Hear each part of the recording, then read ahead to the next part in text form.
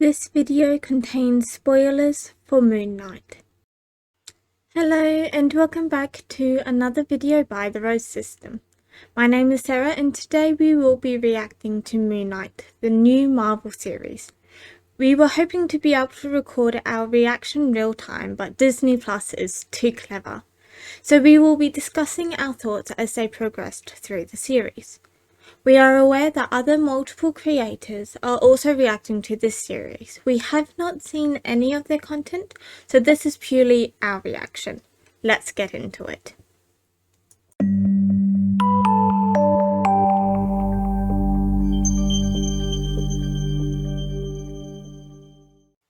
Moon Knight is a series that follows Stephen Grant, a man with dissociative identity disorder, who discovers that he has an alter named Mark who is a mercenary. Together, they must combat and prevent the rise of the Egyptian god Ammit.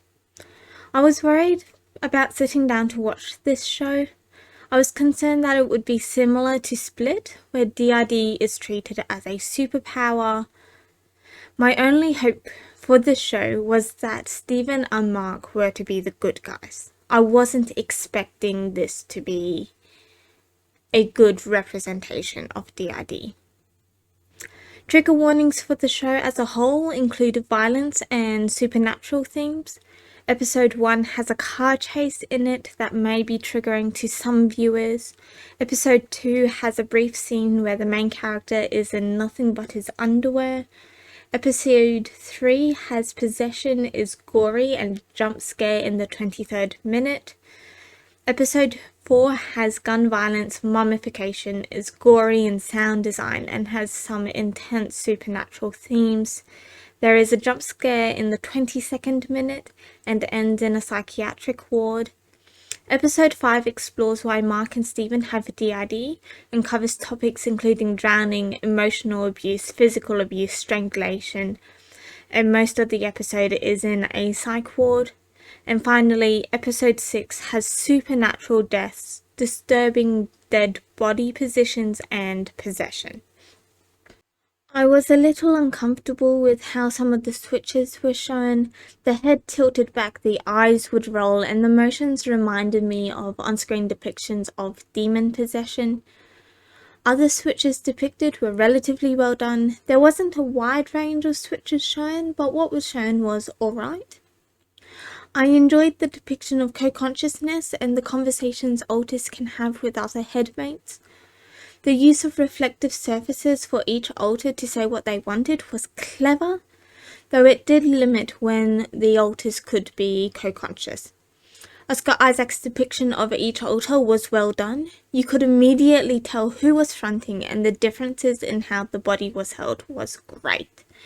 I love how Layla accepted Stephen and rolled with the fact that Mark was not alone in his body. The episode showed blackouts in an interesting way. What was shown on the screen does not match our personal experience with blackouts, but may match the experiences of others. But the being in one place then ending up in another place is a very strange experience, and the series displays this very well. The series got a couple of genuine laughs out of me. The best joke was when a character tried to reassure Stephen by saying, "You're not alone." Stephen's response was, "That's a part of the problem, innit?" Got a genuine laugh out of me. The other one was when Mark said to Stephen, "You weren't supposed to see any of this." And Stephen's response was, "Bit late for that, innit?" The multiple humour got to me. It was brilliant. In episode 5, the series addresses why Mark has DID. The show uses the concept that Mark was the original person and Stephen was the created alter. This seems to be following the old train of thought about originals and alters, whereas the current theory is structural dissociation. The show indicates that the emotional abuse started after the death of Mark's younger brother, and that Stephen was formed due to the physical abuse that started around the age of 12. DID forms in early childhood due to repeated trauma.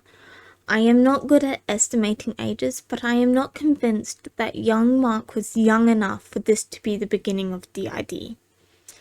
If Mark had been through repeated trauma before this incident, the death of his brother and subsequent abuse could form a part of why they have DID. Provided that Mark already had DID, it is very plausible for Stephen to have formed around the age of 12 when the physical abuse was suggested to have started. There were some things about the series that I wasn't too comfortable with. One aspect of the series is that the Egyptian gods could possess their avatars. This could continue the misinformation that DID and OSDD are forms of possession. I also struggle with the hinting at the other altered Jake throughout the series. The show uses blackouts to hide what exactly Jake does, but they always come back to a gory scene with a number of deaths. The after credits scene gives you Jake's name, and he is presented as being the evil one. I really struggle with this because we are trying to break the stigma of the evil one. Systems are not evil. Alters are not evil. We aren't murderers. It was a struggle watching alters be so flippant about hurting and killing other people. For those of us who do struggle with forms of aggression, it's generally turned inward, not outward. My other issue with the show is that there was not much presentation of the other symptoms of DID, aside from alters and lost time. There was no dissociation, no PTSD or CPTSD symptoms, no flashbacks and panic attacks, no derealization, no depersonalization. It would have been great if it showed the darker side of living with such a complex trauma-based disorder. A couple of the times throughout the series, Mark and Stephen are called insane. This is another stigmatized term that is attached to people with DID. DID does not make someone insane. DID is a creative protection mechanism. The director, Mohammed Diab, please forgive me if I'm pronouncing your name wrong, and actor Oscar Isaac have both addressed the portrayal of DID in the series. Mr. Diab expressed that he tried to be respectful, but that the disorder was dramatized for the show and should not be taken as an example of DID. Oscar Isaac said that he had read A Fractured Mind by Robert Oxnam as a part of his research for the role. He admitted that he was not informed enough and reading the book helped him understand DID better. Oscar Isaac said in another interview that he treated Mark and Stephen as two different characters because he became aware that alters are their own individual people. I am so grateful to hear this. Overall, I felt the creators of the show tried to be a lot more respectful about their presentation of this disorder, but still missed the mark by a little bit. It would have been great if they had spoken to people with DID to consult on the series. This series is a lot better than Split, but it still falls into the trap of creating misinformation about DID. It is a great improvement than popular content in the past and is definitely a step in the right direction. Thank you for watching this video. Hopefully we haven't spoiled the series too much for you. Make sure you check out other systems' thoughts on the show. Our voice is not the only voice to consider. I am sure that many systems will disagree with us on aspects of this show. We have linked the interviews we found in the description below. Please know you are loved by the incredible God of the universe, and we'll see you in the next video. Bye!